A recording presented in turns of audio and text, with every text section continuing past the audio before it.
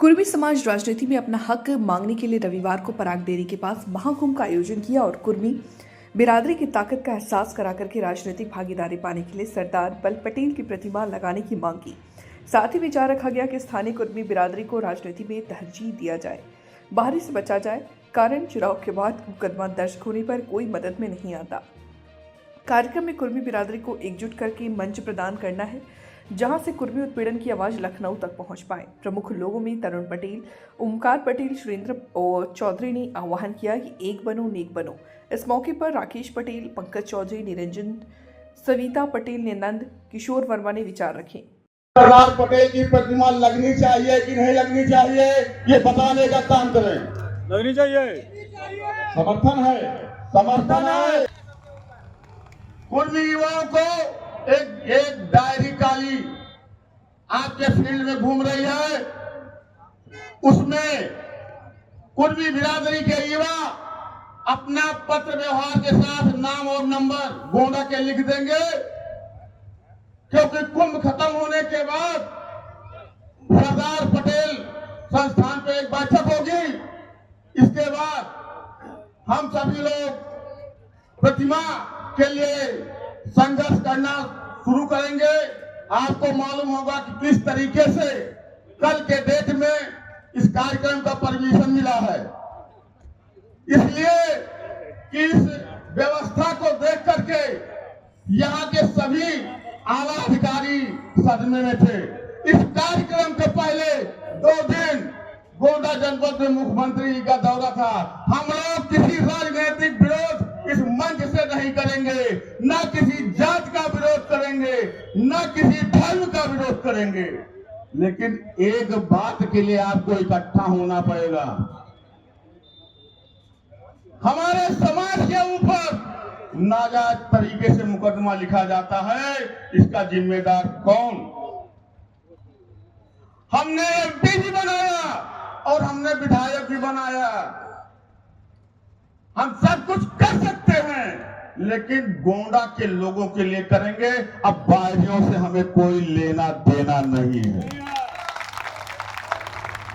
जिस तरीके से भोपालपुर से चल करके एक 100 हजार 1 लाख की संख्या में सभी लोगों को जोड़ा गया, ठीक इसी प्रकार प्रधान, बीडीसी, जिला पंचायत सदस्य, विधायक, सांसद सब कुर्मी का लाभ होगा।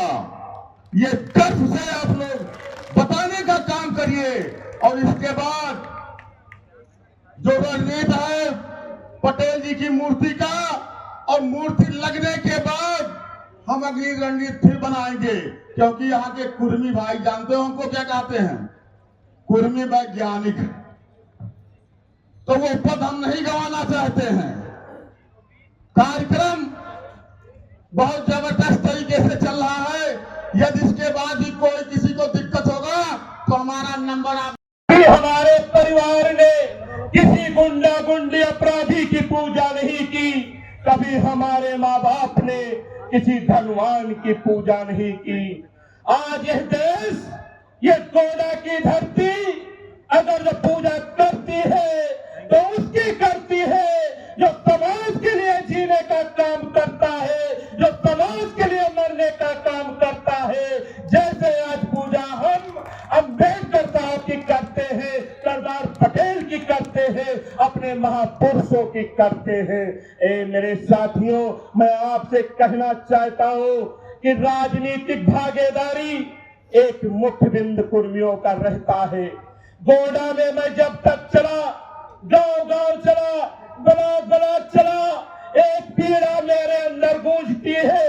मैं आप अपने कुर्मी भाइयों से कहना चाहता हूं, क्या मैं ये पीड़ा अपने आंगन में नहीं कहूंगा तो किसके दरबार में जाकर कहने का काम करूंगा? हे मेरे कुर्मी समाज के लोगों, हे मेरे गोंडा के साथियों, आपकी संख्या यहाँ पर 40-50 हजार नहीं है, आपकी संख्या यहाँ पर 1-2 लाख नहीं है, आपकी संख्या यहाँ पर 5-5 लाख है।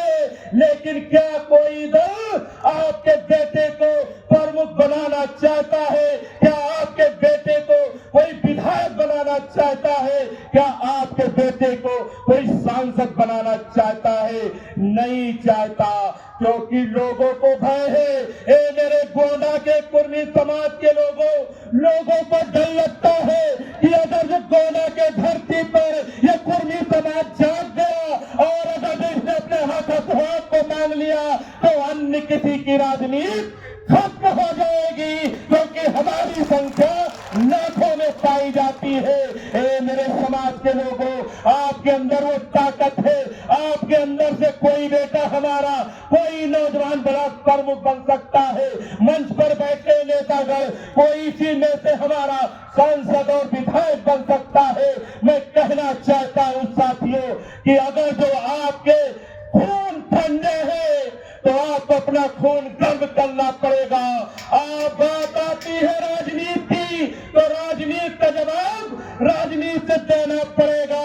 अगर जो आपके मन में ये है कि जहां मैं हूं यही ठीक है, तो हमारे आपको बनाने वाला कोई पृथ्वी पर पैदा नहीं है। साथियों, मैं एक बात कहना चाहता हूं साथियों कि राजनीतिक भागीदारी के साथ साथ मैं एक बात कहना चाहता हूं कि अगर जो कुछ लोगों को लगता है कि कुर्मी समाज गोंडा में इतना ज्यादा है और एक डरा है, सहमा है, ये अपना हक अधिकार मांगने के लिए गूंगा बहरा है, तो मेरे शोषण करने वाले लोग, आपको चेताना चाहता हूं और बताना भी चाहता हूं, ये कुर्मी महाकुंभ ने जो लड़ाई ली है ये यही शांत नहीं होगा। ये लड़ाई तब तक जारी रहेगी जब तक हमें हमारा हक अधिकार नहीं मिल जाता है।